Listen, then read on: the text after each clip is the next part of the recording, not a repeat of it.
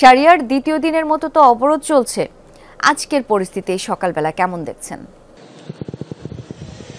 শাওন, খাগড়াছড়িতে দ্বিতীয় দিনে যে অবরোধ কর্মসূচি তা অনেকটা শান্তিপূর্ণভাবে চলছে এবং শহর কেন্দ্রিক আমরা দেখতে পাচ্ছি যে 3 চাকার যানবাহন সহ বিভিন্ন পরিবহন চলাচল করছে, সেটা আমরা দেখতে পাচ্ছি। তবে দূরপাল্লা এবং আভ্যন্তরীণ সড়কে সব ধরনের যানবাহন চলাচল বন্ধ রয়েছে।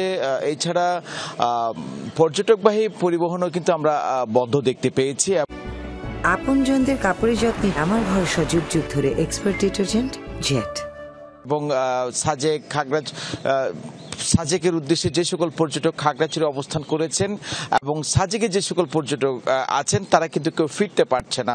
আর এদিকে দীঘিনালার স্টেশনে গিয়ে আমরা যে চিত্র দেখেছি, সেখানে যে গতকাল থেকে আজকের দিন পর্যন্ত ভাড়ায় চালিত কোনো ধরনের সিএনজি, মোটরসাইকেল, মাহিন্দ্রা সহ অন্যান্য যে পরিবহন আছে সেটি একদমই চলছে না। অর্থাৎ খাগড়াছড়ি সদরে হালকা পাতলা সীমিত আকারে যদি আপনার 3 চাকার পরিবহনগুলো চলাচল করলেও সেটি জেলা শহরের মধ্যে সীমাবদ্ধ। জেলা শহর থেকে অপরাপর যে উপজেলা আছে সে সকল রুটে কোনো ধরনের যানবাহন চলাচল করছে না।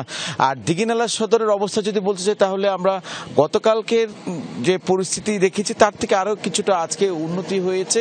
সদর কেন্দ্রিক মানুষের মধ্যে একটা ভালো পরিবেশ সেটা আমরা দেখতে পেয়েছি এবং পাহাড়ি বাঙ্গাল উভয় মিলে তারা দোকানপাট খুলতে শুরু করেছে, পরিবহনগুলো চলাচল করছে। তবে শুধুমাত্র দূরপাল্লার পরিবহন ছাড়া সবকিছু বন্ধ রয়েছে, সবকিছু স্বাভাবিক রয়েছে।